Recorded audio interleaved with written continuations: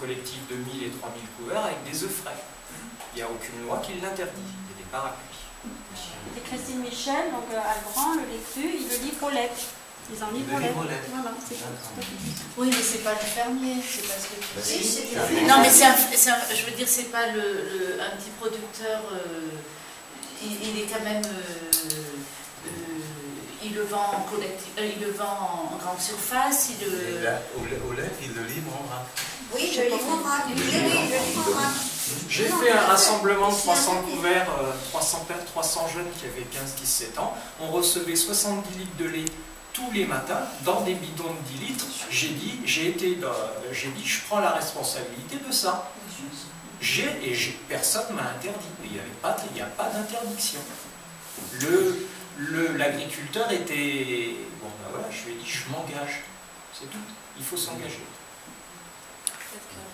Ouais, je voulais en 2 mots simplement faire connaître l'initiative et le projet sur Chorges, et aussi poser une question, réagir, mettre en valeur la question de la formation notamment, donc je développerai ensuite.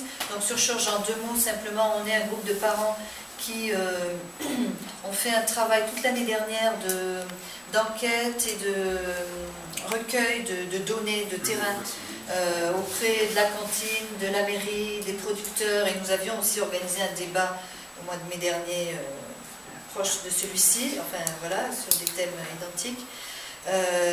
Donc si par hasard il y a des caturiges dans la salle, n'hésitez pas à vous rapprocher de moi tout de suite ou à nous contacter. On aura un blog très prochainement qu'une des amies mamans met en place. Donc je ne connais pas encore son code ou son... Enfin, je ne sais même pas comment on lance sur un blog. Mais par la mairie, vous pouvez aussi nous toucher parce qu'ils sont au courant de notre projet, bien entendu. Ensuite, ça c'est une chose. Oui, alors à vous écouter tous, je réalisais que ce qui nous manque un petit peu là où on en est nous, parce qu'on a eu beaucoup de portes ouvertes et d'accueil positif, que ce soit à la cuisine, bon, à la mairie c'est mitigé, mi-chaud, mi-froid, mais enfin ça pourrait bien être oui si c'était plus simple. Voilà. S'il n'y avait pas de problème, il serait bien. Ouais. Évidemment, bon, tout le monde entend parler de ça, c'est dans l'air du temps, pourquoi pas, même pour ceux qui ne pratiquent pas encore chez eux. Mais il y a cette question de la formation sur laquelle tu as beaucoup insisté, qui me touche bien. Parce que notre cuisinier, par exemple, il disait, oui, je ferais bien un stage, mais où? Enfin, j'ai pas bien repéré encore s'il y a des... Et à vous écouter, je me dis que combien ça serait formidable si vous pouviez tenir ce genre de discours auprès de cuisiniers traditionnels, entre guillemets. C'est plus du tout en rapport avec la tradition, mais enfin plutôt le standard. Donc, connaissez-vous des formations, les uns et les autres, pour les cuistots, pour les dames qui servent à la cantine? Ou alors, est-ce qu'on ne pourrait pas, nous, bénévoles, citoyens, convaincus, militants, mettre en place des formations? Je ne sais pas, parce que des fois, il suffit d'un tout petit peu, quand les gens sont prêts, un petit coup de pouce, et ça pourrait, voilà, on pourrait en tout cas franchir une des nombreuses étapes à franchir. Donc, formation, je crois. Et puis, à t'écouter, pardon, je vois spontanément Thérèse à vous écouter, les producteurs aussi, pareil. Nous, à Chorges, ce qui est délicat, c'est qu'on est dans une commune d'agriculteurs. C'est vraiment, je crois que c'est une des plus grosses communes d'agriculteurs. Pardon? Très bien.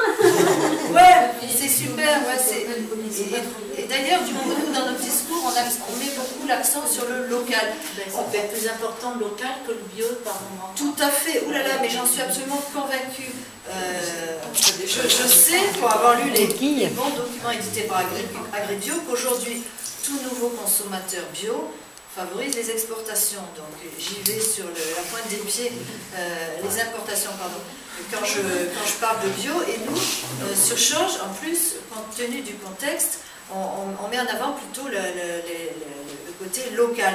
Mais je sais aussi qu'il y a un biais, et qui le disait parmi vous, attention à ne pas faire du tiède et du compromis. Non, c'était par là, il y avait quelque chose qui résonnait par rapport à notre expérience. Et tout à l'heure aussi, on a commencé à avoir une petite conversation rapide sur le stand avec Pascal Domas. Et voilà, donc pour moi, c'est confus, et je fais part d'une espèce de confusion justement que nous avons sur notre commune et dans cette action que nous menons depuis quelques mois. Il y a cette histoire de terminologie, et puis réellement, concrètement, ça signifie qu'il y a un peu de flottement entre le bio, la charte paysanne, le local. Bon, tout ça est important, mais parce qu'un producteur local, quand je l'ai en face de moi, et surtout quand c'est monsieur le maire, et qu'il me dit ce que je fais, c'est quand même pas de la daube, mes vaches, elles baissent en altitude, et c'est vrai quoi, et je suis sûre, et d'ailleurs je l'achète, ça vient de chez le boucher du village, et je sais très bien que ce qu'ils font, c'est tout à fait correct. Mais voilà, je manque un peu, je ne sais pas comment ça va résonner chez vous, mais de clarté. L'information. Je peux répondre sur la question concernant l'information. La première partie. Ouais, merci, c'était peut-être le plus simple. Il y a des choses qui existent aujourd'hui, notamment pour tout ce qui est les gens qui sont fonctionnaires, quand je parle dans les communes, les agents territoriaux, etc. Il y a une association qui s'appelle 1 + Bio qui fait des formations pour les cuisiniers et les gestionnaires et qui sont dans le Gard et qui ont inscrit leur formation au CNFPT, c'est-à-dire le Centre National de Formation pour... Fonction publique. Voilà, merci de compléter l'anagramme. Donc déjà pour les gens qui sont sur la fonction publique territoriale, il y a des choses qui existent dans le catalogue officiel. Et après nous on est en réflexion avec notamment Pascal et d'autres personnes pour monter une formation pour tous les autres agents qui ne sont pas forcément sur fonctionnaires, c'est-à-dire soit des salariés de centres de vacances, d'associations, de crèches, etc. Et donc ça c'est quelque chose où on est en train de travailler dessus et on va essayer de faire en sorte que ça voit le jour le plus vite possible.